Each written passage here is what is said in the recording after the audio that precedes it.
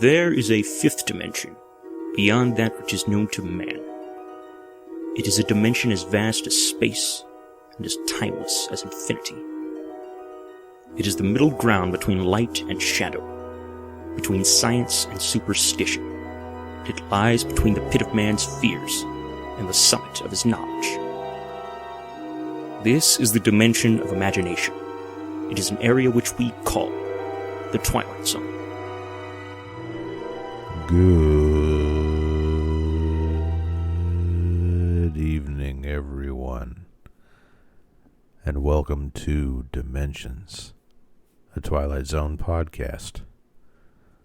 I'm your host, Bill Couch, and tonight's episode, we will be looking at Season 1, Episode 14, titled Third from the Sun.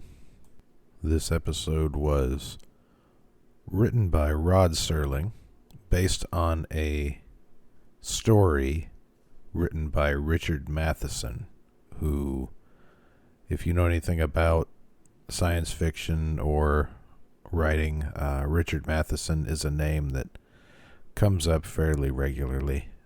He's quite well known, or was quite well known, before he passed away. And Rod adapted this short story into the teleplay that we see tonight in the episode. So if you have a chance, if you are curious, you can always find that work and go read the short story with which this episode was based upon. The director was Richard L. Baer, produced by Buck Houghton, music by Bernard Herrmann. In the cast were Fritz Weaver, Edward Andrews, Joe Moross, Denise Alexander, Laurie March, and Gene Evans. You can watch this episode on Paramount Plus, Pluto TV, or if you have the DVDs or Blu-rays, those are always an option. And you can usually find it on MeTV or some other cable stations. Sometimes Sci-Fi will do a small marathon. Sometimes they won't. They've been really spotty the last couple of years. So buy the DVDs or the Blu-rays. It'll just save yourself a lot of heartache in the future. And this episode originally aired on January 8th of 1960. So bear in mind, fair warning ahead, there will be spoilers in this episode. So if you haven't seen this episode, please do yourself a favor and stop this podcast. Go watch the episode and come back and listen to the rest of the podcast. Now, a little bit before we get started with tonight's episode, I just want to say that this episode is one of my favorites. If I were to pick a top 5, and since this is my podcast and it's my opinion, you can take it or you can leave it. The 12 people that are listening to my voice spout on about a 60-year-old television show. You have your own opinions as well. Much like I didn't like last week's episode as much as I do others, I do find this episode to be in the top 5, in my opinion. As a matter of fact, I would go a step further, even to say that this episode, to me, is about as perfect of an episode of the Twilight Zone as you can possibly get. In the arts and in even sports and different things, if you're a participant or if you're a lover of those things and you see someone who is at the top of their game, are performing at maximum, effectiveness. Be it a stand-up comedian, be it a sports star, be it an actor. When they're at the top of their game, and you are also an actor or a sports figure or a stand-up comedian, and you watch this, some people refer to it as taking someone to school or putting on a clinic, meaning you're watching what could be the height of that particular sport, that particular art, that particular anything, and the person performing it is taking you to school. They're putting on a clinic on how to do it the best way. And to me, from Richard Matheson's short story to Rod Serling's teleplay to Richard L. Baer's directing to Edward Andrews, Joe Moross, Jeannie Evans, Denise Alexander, and Fritz Weaver, they all put on a clinic in this episode. It was, or is, I should say, to me, one of the finest pieces of suspense cinema that you can see. And it's very apparent the amount of effort that people put into this, and it paid off in huge dividends, in my opinion.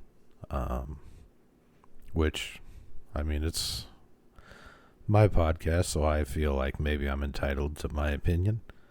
Take it as you will, but I think that if you watch this episode, you'll feel the same way I do. That you can smell the suspense, you can feel the suspense, you can almost taste the suspense in this episode. And it really shows. It was stellar directing, stellar acting, and excellent writing all the way around. And I just wanted to get that out before we started the episode. So, as I said before, spoilers ahead. So if you haven't seen it, turn this off, go watch it, come back, and listen to the rest of the episode. Now, my friend Will Lastly, who usually does the opening and closing narrations, much like myself, and life gets busy. He is quite a busy person between his regular day job. He also directs plays. He has a podcast of his own, and he also is a stand-up comedian, so a lot of his time is taken up in pursuits of other things that don't always include having time to perform Serling-like intros and outros of my little podcast.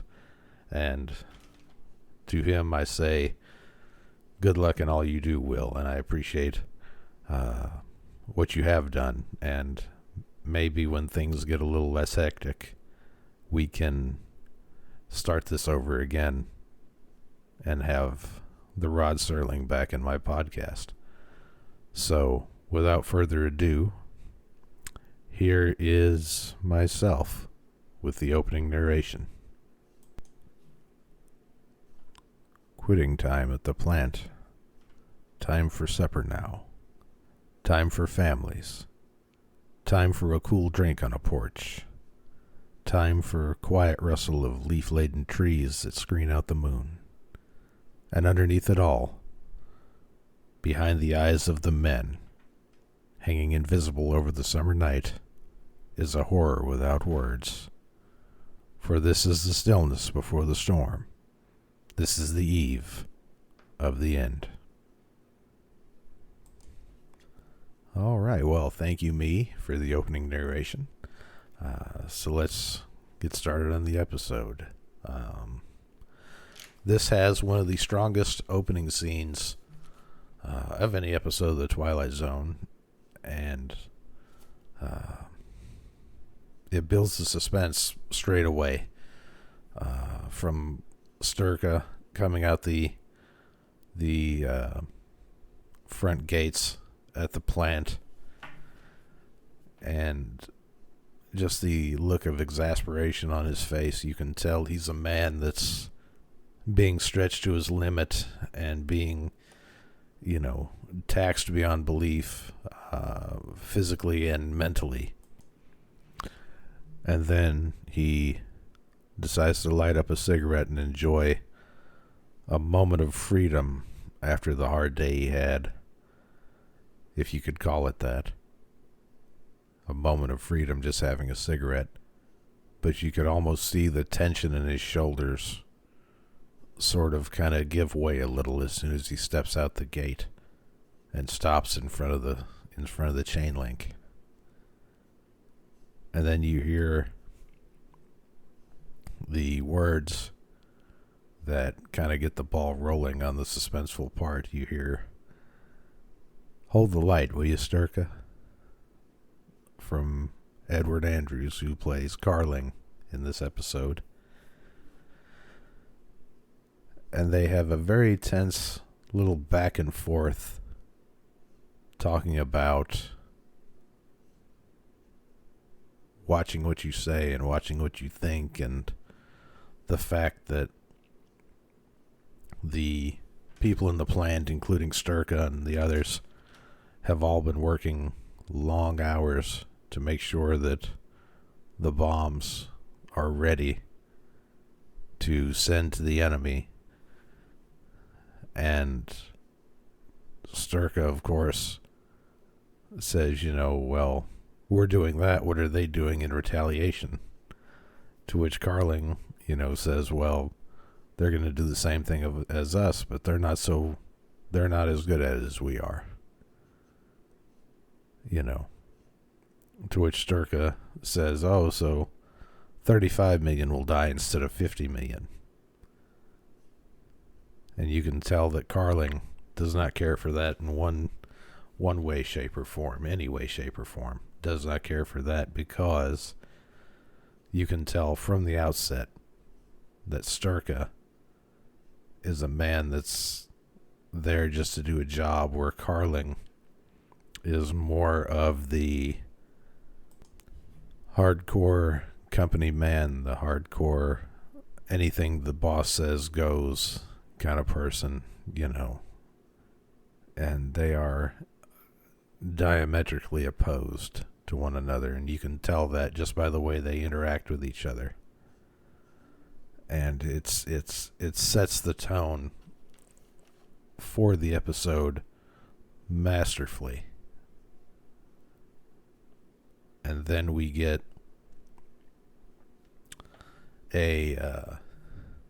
during the narration, we get a walking shot of, it's obviously a person walking down, a nice little street in a suburban, setting, which of course would be a backlot of houses. And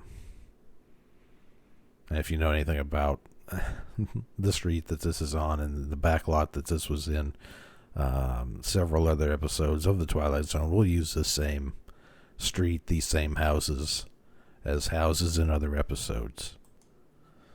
So we see Sturka get home, and one of the greatest parts of this episode, and it's running all throughout, is when he gets home. Now, of course, most of the rest of this episode is set at his house. But you can tell that there is a modern sort of vibe to the house, but it's also slightly off. The paintings are weird. The decor is just odd. but not so odd as in a way that you would think you were in a different time or a different place or even a different planet. So from the start, the set decorators and the director and the producers just had it together when they did this to kind of give you that feeling of this is a home, but it's uneasy. It's an uneasy feeling throughout the entire thing. You know, everything is a little too not quite the same as what normal would be. And it even goes so far as to the music that's playing. When Sturka walks in the door, his daughter has a record on that's playing, and it's a very, very 60s sort of underground, almost beatnik sort of musical track that is quite odd in a way that it isn't abnormal, but it isn't normal, just like the rest of the house, just like the paintings, just like the decorations. It's all something you might see, but it would make you uneasy. So Sturka's daughter comes in, Jody, played by Denise Alexander. She comes in and she wants to have a dance with her dad. She's, in a good mood, and she tries to kind of cheer him up a little bit because she can see he's kind of down. And she asks him about it, and he tries to rationalize his job by saying that he's only a cog in a wheel, and that, a bomb is composed of 1,000 parts, and each part, needs a team of 100 men or 150 men to build it. And so when you think about it that way, he's not necessarily as responsible, for what's about to happen. And I think Fritz Weaver does a phenomenal job of conveying a man that's honestly, it's like he's at the end of his rope. He's so mentally and physically exhausted, and just everything has taken a toll on him, to the fact that you could tell he just looks like he feels older than he is. And at this time, his wife comes in, and she tells him to go lie down a while, to which, of course, he takes her upstairs, where he explains that the world as they know it will be ending in 48 hours or maybe less, and they've got to get out of there. And that he and his friend Jerry have bribed a bunch of people and made a lot of plans to escape from this world in a spaceship that was being tested by Jerry, so that they can get away from the nuclear holocaust that's about to descend on the Earth, or on the planet, I should say. And here again, even in their bedroom, you can tell the decor is a little bit weird, and the camera angles are also a little bit weird. Like in the living room, we were looking at Sturka between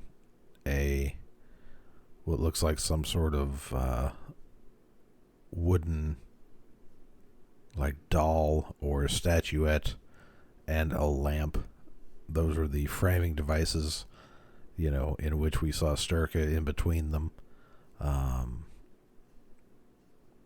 Various different tilts on the camera to add angles and sort of uneasiness throughout the entire thing, and it's absolutely well done. So at this time, Jerry shows up, and this was after, I should say, just after Sturka tells Jody to break her date for the evening because he wants her at home because Jerry and his wife are coming over to play cards. And, he wants her home. Actually, he wants her home so they can escape the planet via a spaceship. But he can't tell her that. But before Jerry arrives, Sturka was able to tell his wife in somewhat of a hushed tone that they're getting out of there and the world is ending. So the hushed tone was really kind of interesting. Like, they were alone in their room, and yet he still sat her down on the bed and was kind of talking low and slow to her about it. Or I should say low and quick, I guess, about it, because he had to get it out, but he didn't want to, take it much over a dull roar of a voice. So you get the feeling that maybe somebody's listening and maybe somebody's watching. And this is further amplified in the scene when Jerry comes in. He comes over to tell Sturka about the plans that they've made for the evening for the spaceship. But Sturka says, wait. Let's go into the garage. So under the guise of Sturka fixing his pocket watch, of fixing Jerry's pocket watch, I should say, they go into Sturka's garage to, make it seem like he's not just over there to give him information. So again, that whole idea of Big Brother is watching or someone is listening is very prevalent in this part of the episode. So much so that Sturka even turns on a machine when he gets into the garage just to have background noise to muffle the voices, so that if anyone is listening, it would be hard to pick up on what they were saying. So we find out that the guard that Jerry bribed gets off at 11 instead of 1. So they're going to have to leave earlier than they anticipated.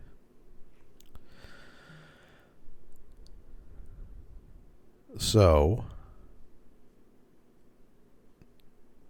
Sturka shuts the machine off. He tells Jerry that his watch is fixed, that mainspring's got a little rust in it. He should have a professional jeweler look at it. And they go back in the house, and Jerry leaves to come back later with his wife to play cards. So after the what would have been a commercial break, we come back, and everyone is sitting around a table, minus Jody, the daughter, who is sitting kind of, off in the back.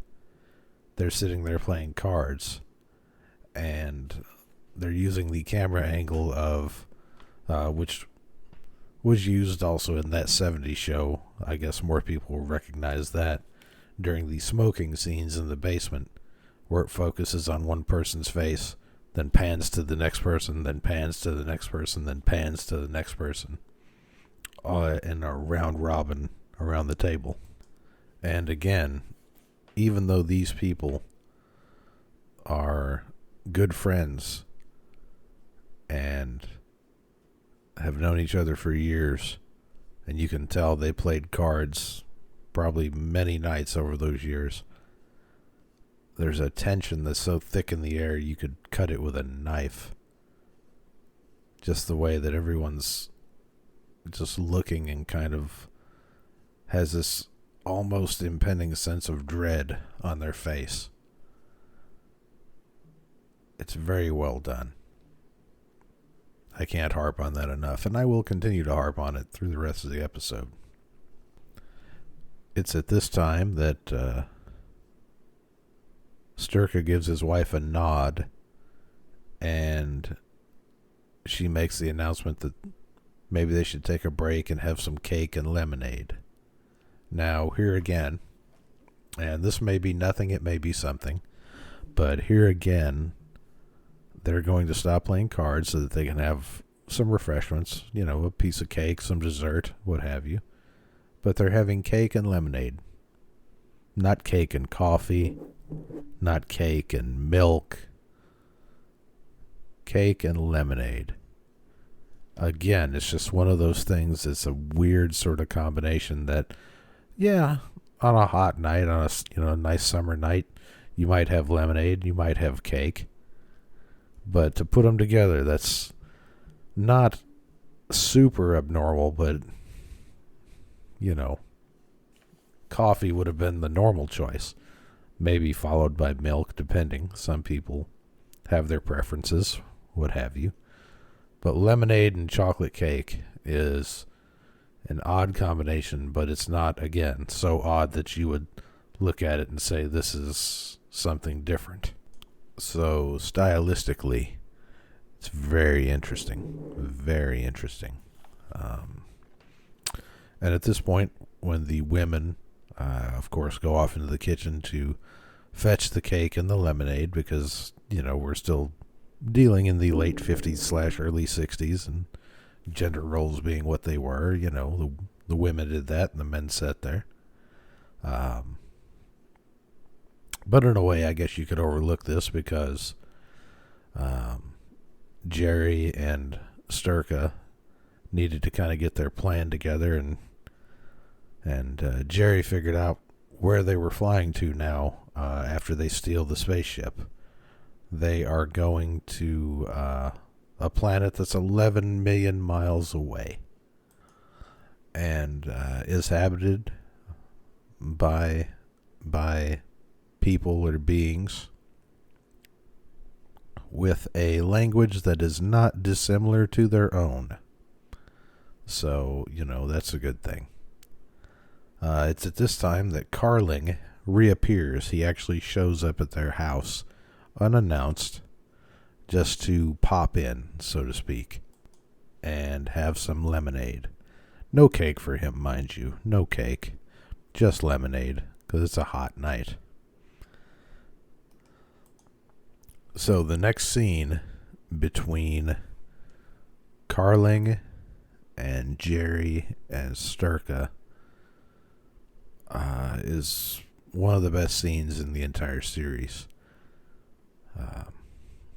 You can tell that Carling is putting on an act because he seems to maybe know but maybe doesn't know that Sturka and Jerry are trying to get away, but he's not going to tip his hand, and Jerry and Sturka, neither one of them are going to tip their hand to what they know or don't know as well. And the entire exchange is a solid few minutes of some of the most uncomfortable tension building sequences you could look at on cinema, on film. And it's well done. So Carling has a few sips of lemonade and decides he's going to go on home, to where Sturka walks him to the door, and Carling asks him if he thinks there's life on other planets, and Sturka says he thinks there is, and Carling asks him if he thinks he'd be happier on one of those other planets, and Sturka said, yeah, I've thought about that too. And they exchange a very awkward see you tomorrow sort of thing, and Carling leaves. As Sturka walks back in, the telephone rings, and again, stylistically, the telephone is not a normal rotary telephone. It's one that sits, vertical instead of horizontal on a cradle like. This one is more, it looks like a receiver that's just standing up on itself. And Sturka picks it up, and he tells whoever he's on the line with that, well, I'm in bed, and you could hear the click of the receiver as whoever was talking to him hung up on him. and he tells them that was work, and they're working tonight, and they're sending a car to come get him. So it's time to leave. So they get their bags, they get together, they get into Sturka's car, and there's a driving sequence. And again, something a little different. You can tell he's clearly driving a car of the era, but it's kind of been chopped a little, you know. The windows are a little shorter than what your normal, car would be at that time. So, it still looks like a car. It still looks like a car from the 60s, but it's that little difference that makes it sort of off-putting. So they get to the gate, on the field where the spaceship is that they're going to take. The guard flashes a symbol with a flashlight, and Sturka's wife flashes the car's headlights, and we see the guard walk up. And who would it be other than Carling, who has now caught Jerry and Sturka in the act, and he has a gun. So he holds them at gunpoint while he is going to get the women out of the car and then take the two men in and have them, dealt with by the authorities, to which the daughter opens the car door into Carling's arm, knocking the gun out of his hand, and thereby giving Sturka and Jerry the ability to overtake him and knock him unconscious, get back in their car, get out onto the field, and escape in the spaceship, to have a final scene on the spaceship where Jerry's talking about there's the planet that we're going to. See it right there. Third from the sun. A place called Earth. And that is the end of the episode. And now, here I am with the closing narration. Behind a tiny ship heading into space is a doomed planet on the verge of suicide. Ahead lies a place called Earth, the third planet from the sun. And for William Sturka and the men and women with him, it is the eve of the beginning in the Twilight Zone. So, what a whirlwind episode. So let's talk about the people that made it. The director was Richard L. Baer, who was born in 1913 and died in 2015. So he surpassed the 100 mark. And he had 123 credits to his IMDb.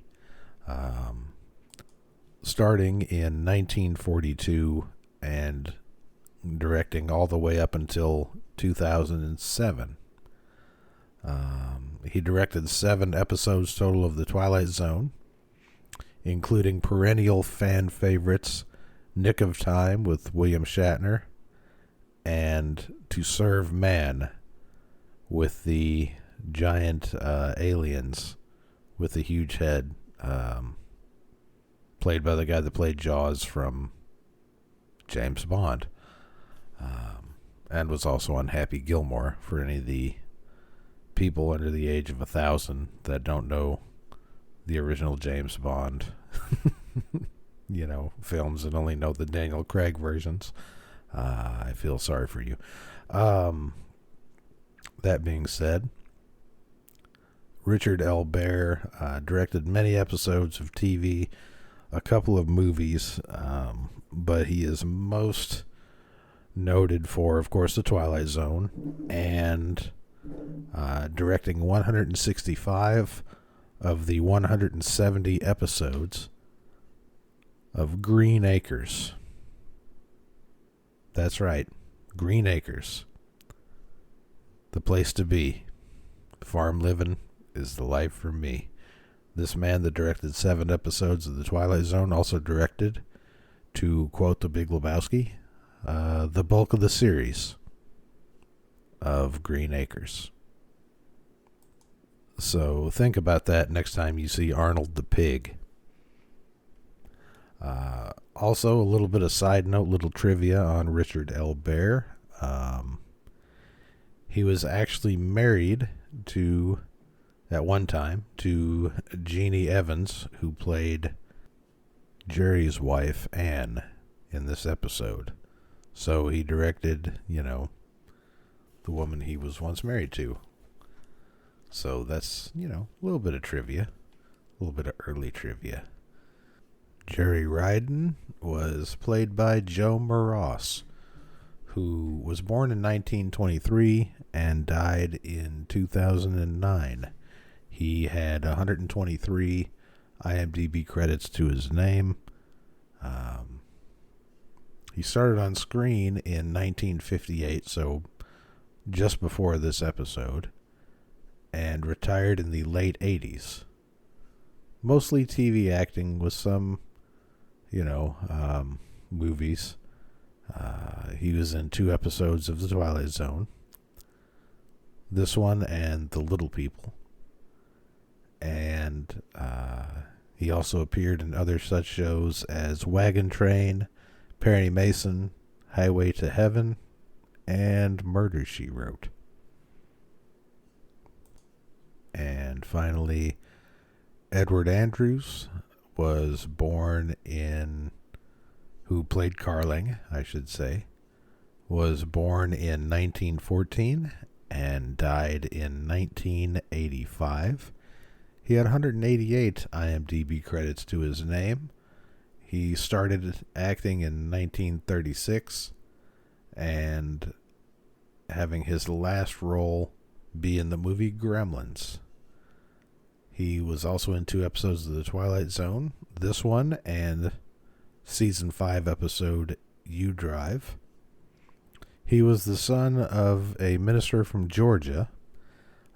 He was a sizable, imposing figure of a fella who could play anything from a jovial, genteel grandfather type to the person we see in this episode who's sort of a menacing, sort of,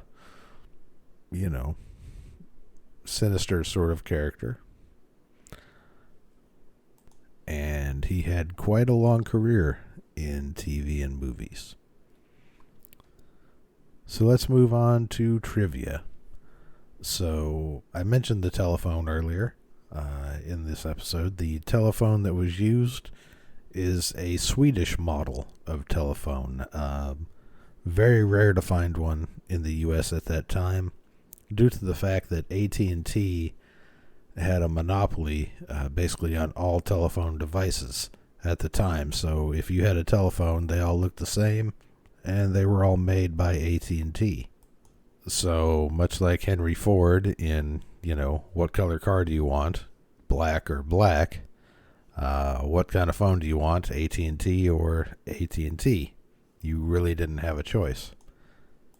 The spaceship used was borrowed again from the Forbidden Planet. This happens a few times in the run of the Twilight Zone. It cost a lot of money, so the production company felt they wanted to get, and then the studio, I guess, felt they wanted to get their money's worth, so they kind of shoehorned it in anywhere they had the ability to. In the original short story by Richard Matheson, the character of Carling was not in the episode, or not in the original story. The character of Carling was added by Serling to add sort of a, you have to have a villain, basically. And so Serling added him as the villain. So, again, if you read the original short story, Carling is not in it. Basically, they just, at the end of the story, they go to the field, they get on the spaceship, and they fly to Earth. And the last little bit of trivia, which to me is my favorite, I think, part of the trivia, because it's the most Twilight Zone-y Twilight Zone trivia, in the fact that when they're playing cards, there is a painting hanging on the wall behind them as they're playing cards. And that same painting is a painting used in a future episode of The Twilight Zone titled Midnight Sun, starring the ever-talented and ever-beautiful Lois Nettleton. But we'll get to that episode sooner or later. It's down the line. But again, that's one of my top 5 as well. So we'll get to it when we get to it. Be patient. So the Twilight Zone, that same painting was in both episodes, and to me that just, it's one of those things that you don't notice unless you're looking for it, and once you see it, you can't unsee it. And it's wonderful. Now, as far as the goofs and the oopses, when they pull into the gate and through the gate to get to the ship, when they run to the ship, they bothered to pack their bags and prepare bags, but they never took their bags with them. So they boarded the ship with nothing on their bags, or with no bags, I should say, with them. So that's a little bit of a, Now, I mean, you could say, chalk it up to panic of being chased by the guards on the field or what have you. But they didn't bring their luggage with them that they bothered to pack and put in the car. And the other goof that they did is more scientific in nature, in the fact that at our closest any closest other solar system or galaxy is exponentially farther than 11 million miles away from where we are currently sitting on this little blue-green ball just floating around the sun. So mathematically, scientifically, space explorationally, that number was off by quite a factor of 10. Not that anyone in 1960 really bothered to care. Now, for my likes and dislikes. Honestly, I like everything about this episode. As I've said, I think from a directing standpoint to an acting standpoint to a writing standpoint, if you were to show the Twilight Zone to someone that's never seen the Twilight Zone, and you had just one episode to show them, this would be it, I think. Stylistically, I think it's the best, if not in the top 5, best overall everything that encapsulates the essence and the tone and the feeling of the Twilight Zone.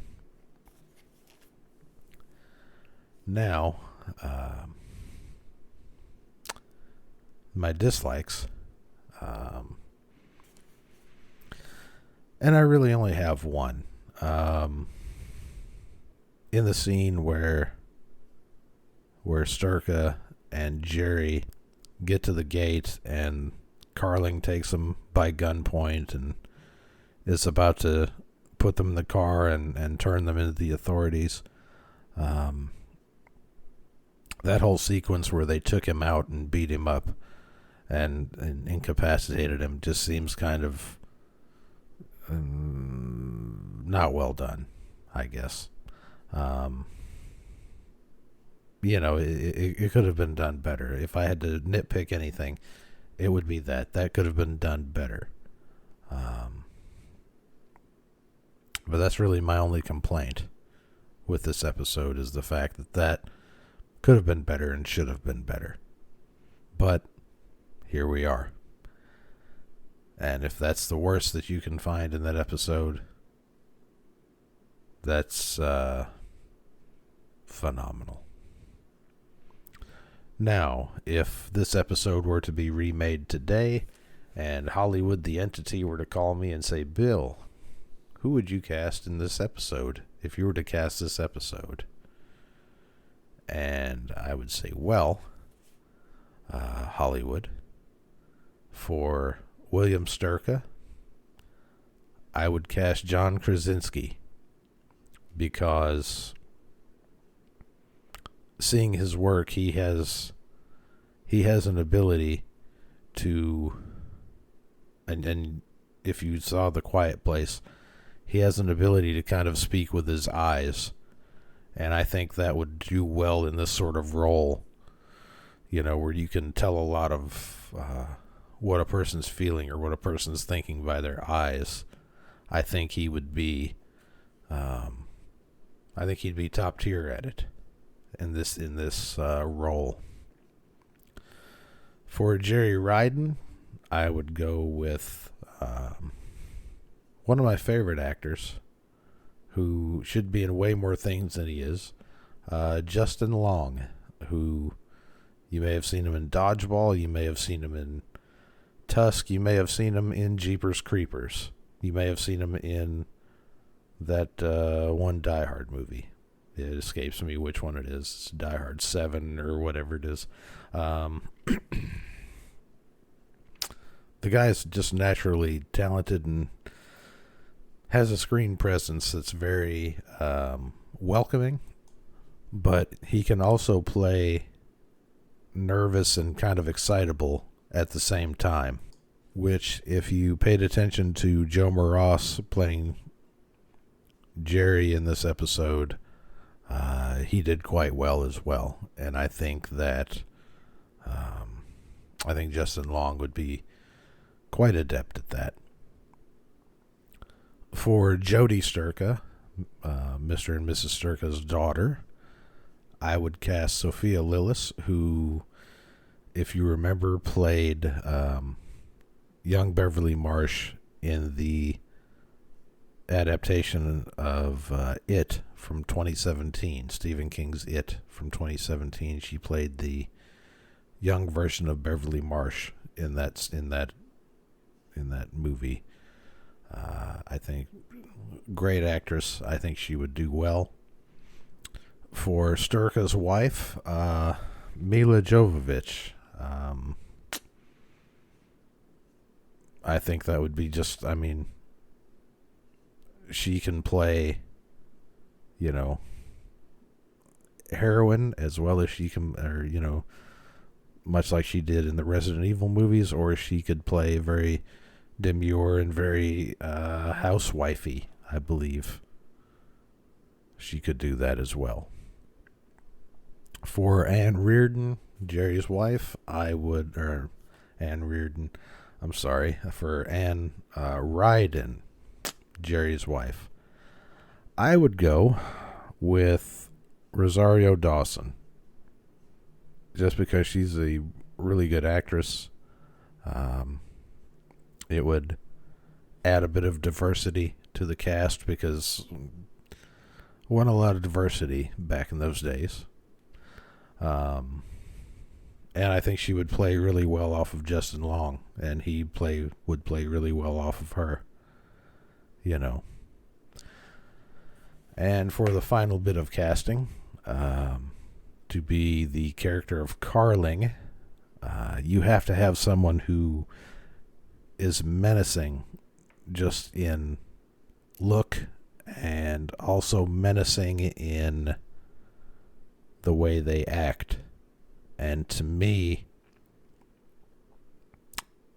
big actor in a small role, I gotta go with Christopher Walken on this one. I think that would be the most unnerving thing Christopher Walken or, maybe Willem Dafoe. But my first choice, with most anything, would be Christopher Walken, to be honest with you. Now, for the moral or philosophy, I'm going to veer slightly different on this and just talk about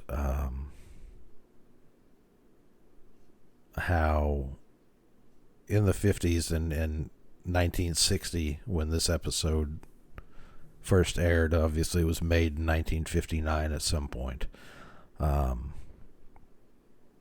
you got to remember, and the idea of nuclear war and nuclear holocaust wasn't something new. And it wasn't even something new on the Twilight Zone. We saw it a few episodes back with Time Enough at Last, where,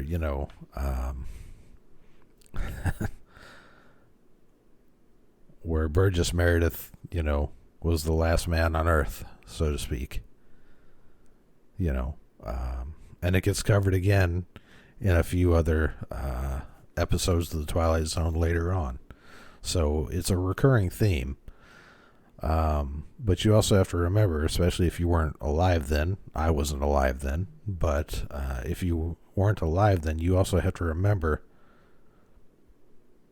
in 1960, we were only 15 years north of Hiroshima and Nagasaki. So, the total destruction was still on people's minds, and the Cold War was raging at this point also. So you have to think about that.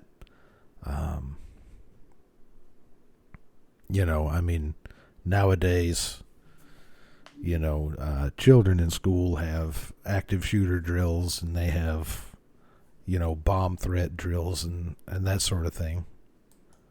And back in the 50s, they had atomic bomb drills. Now, of course, the atomic bomb drills were all the children, crouch under their desks and, put their arms over their head to shield themselves. Of course, we all know some wooden desk put together by inmates from a prison, aren't going to protect you from an atomic bomb. But it was more of a way to add sort of a bit of security or a bit of power, maybe, to people to think that they had the ability to do something against that, to at least have some sort of, I can be safe if I'm under my desk. It was more of a pacifying technique than anything. The kids are going to hide under their desk. The teacher's going to put their feet up on the desk and have a cigarette because, the teacher knows no one's coming back from this one if it hits. You know what I mean? So in that situation and in that, you have to remember when watching this episode that Hiroshima and Nagasaki were 15 years prior to this. 15 years. Think about that.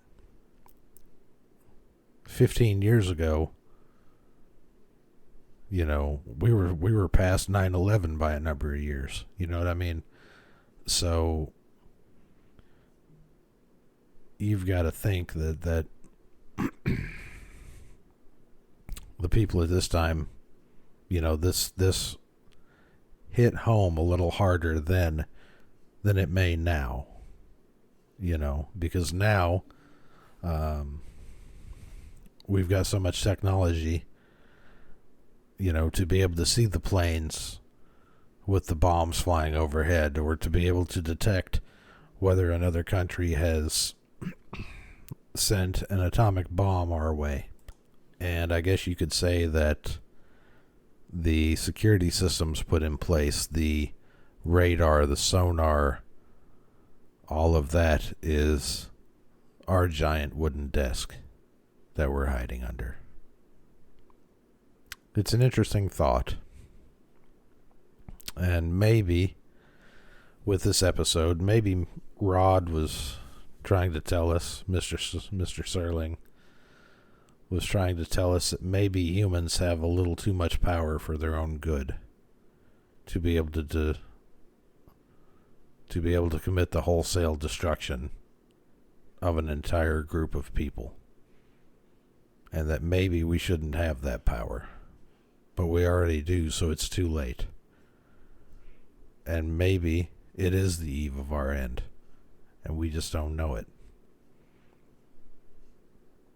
And maybe that's what he thought in 1960, and maybe some people think that today. And who's to say who's right, and who's to say who's wrong? Certainly not me. Certainly not me. But that's what I think Rod might want to tell us, is that we have a little too much power and we shouldn't have it. And as a side note,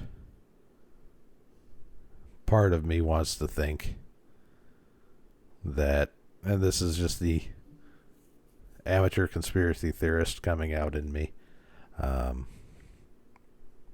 I'd like to envision an alternate universe where this episode actually happened, and instead of the episode ending, they actually land on Earth in 1947, Roswell, New Mexico, on the back 40 of the ranch where caretaker Mac Brazel found the spacecraft. I don't know why that crossed my mind.